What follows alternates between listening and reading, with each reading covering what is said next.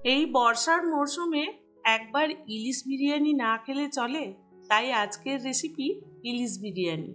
খেতে যতটা সুন্দর, বানানো কিন্তু ততটাই সহজ। মাত্র কয়েকটি টিপস ফলো করলে আপনিও সুন্দর ইলিশ বিরিয়ানি বানিয়ে নিতে পারবেন। নমস্কার, অপর্ণা হোম কুকিংয়ে আমি অপর্ণা আপনাদের সবাইকে স্বাগত জানাচ্ছি। চলুন রেসিপিটি শুরু করি। ইলিশ বিরিয়ানি বানানোর জন্য এই কাপের 2 কাপ বাসমতি চাল নিয়েছি। ওজনে প্রায় 500 গ্রামের মতন হবে।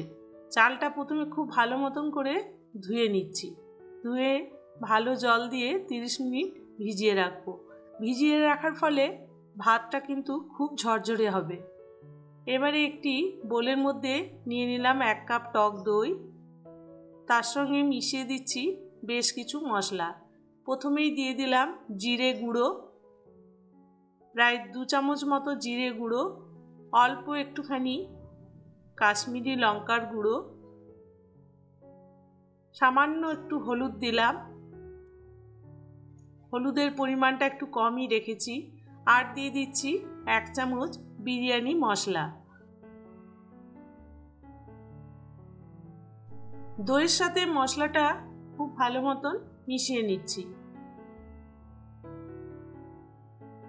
খুব ভালো মতন মেশানো হয়ে গেলে স্বাদ অনুযায়ী লবণ অ্যাড করে দেবো আর সামান্য একটুখানি চিনি অ্যাড করে দেবো টেস্টটা ব্যালেন্সের জন্য। এই মশলাটা তৈরি করে রেখে দেবো।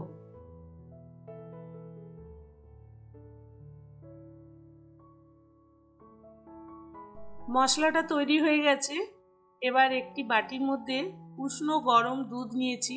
তার মধ্যে 1 পিঞ্চ জাফরান বা কেশর দিয়ে দিলাম। দিয়ে এটা ভিজিয়ে রাখবো।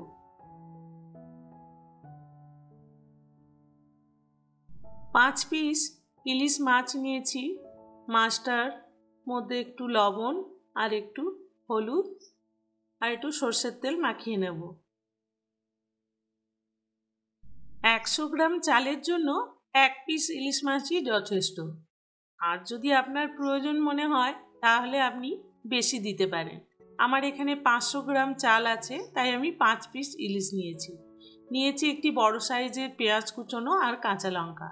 প্রথমে হাঁড়িতে গরম জল বসিয়ে ভাতটা তৈরি করে নেব। দিয়ে দিলাম বেশ কিছু গরম মশলা, সাজিরে আর একটি তেজপাতা।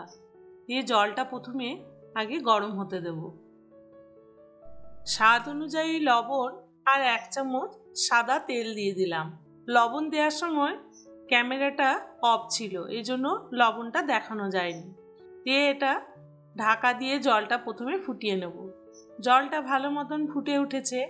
এবার সেই চালটা যে ভিজিয়ে রেখেছিলাম সেই চালটা ছেঁকে নিয়ে এবার দিয়ে দিলাম। দিয়ে প্রথমে ভাতটা আমি 80% কুক করে নেব, পুরোপুরি সেদ্ধ করব না। ভাতটা আমার 80% কুক হয়ে গেছে। প্রায় 5 মিনিট মতো কুক করলাম। এবারে আমি একটি স্ট্রেনার দিয়ে ভাতটা ছেঁকে তুলে নিচ্ছি।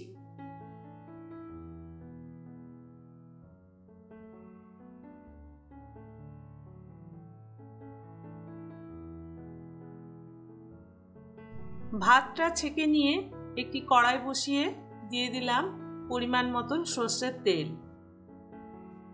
তেলটা একটু গরম হলেই প্রথমে ইলিশ মাছগুলো হালকা ভেজে নেব।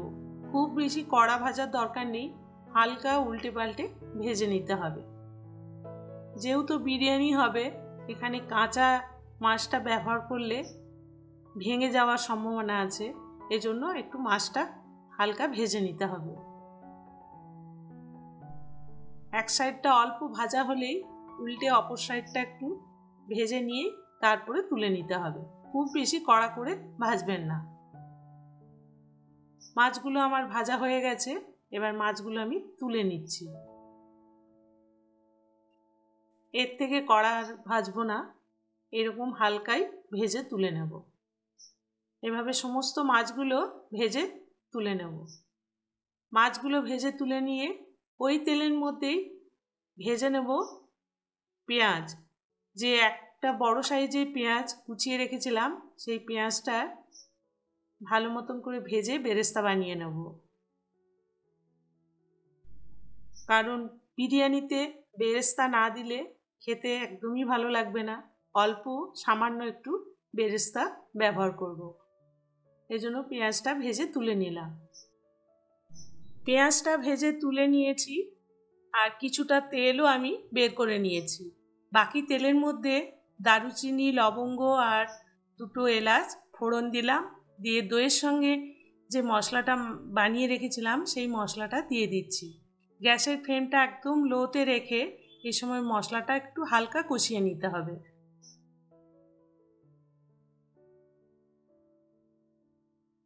অল্প একটুখানি মশলার বাটি ধোয়া জল দিয়ে দিলাম।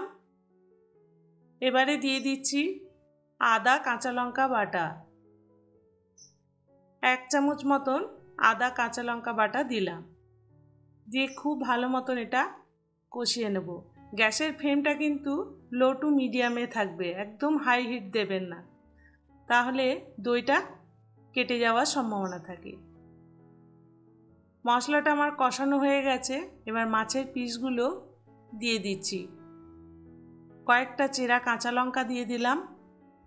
দিয়ে একটু ঢাকা দিয়ে মাছটা ফুটিয়ে নেব। 1 মিনিট মতন ঢাকা দিয়ে দিলাম।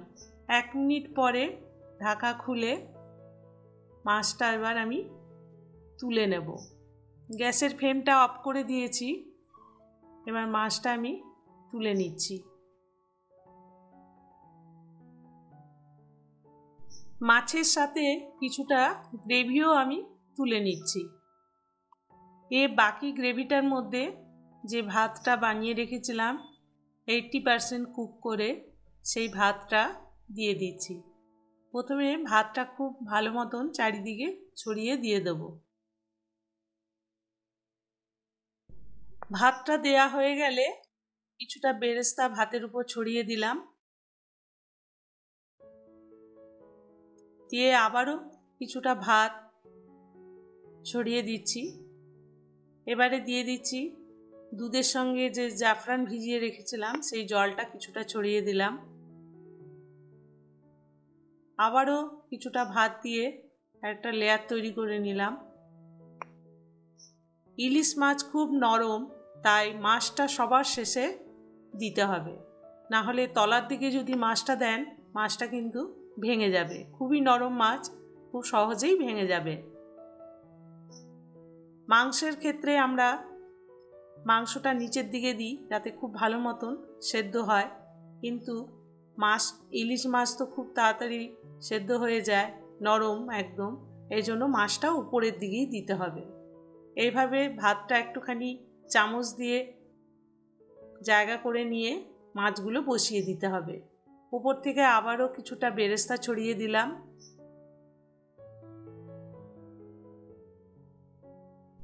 মাছের উপর আবারও কিছুটা ভাতের একটা হালকা লেয়ার তৈরি করে দিচ্ছি। এই লেয়ারটা খুব বেশি ঘন লেয়ার হবে না। উপর থেকে জাফরান ভেজানো দুধটা একটু দিয়ে দিলাম। আবারও কিছুটা বেরেস্তা উপরে ছড়িয়ে দেব।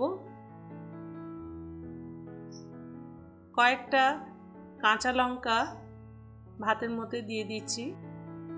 ছড়িয়ে দিচ্ছি মাছ ভাজার তেল।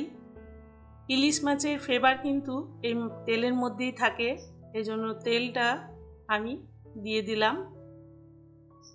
আমি আর ঘি ব্যবহার করলাম না, আর অন্য কোনো ফ্লেভারও অ্যাড করলাম না।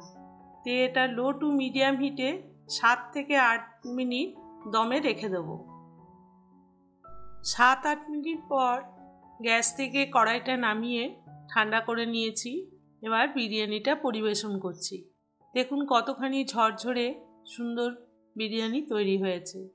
রেসিপিটি ভালো লাগলে অবশ্যই লাইক, শেয়ার, সাবস্ক্রাইব করার অনুরোধ রইল। আর কমেন্ট করে জানাবেন আপনার কেমন লাগলো। আপনার মূল্যবান মতামত আমাকে অনেক বেশি উৎসাহিত করবে আরও নতুন ভিডিও করতে। আজ এই পর্যন্ত, আবার নতুন কোনো রেসিপি নিয়ে হাজির হব। ভালো থাকবেন, সুস্থ থাকবেন। ধন্যবাদ।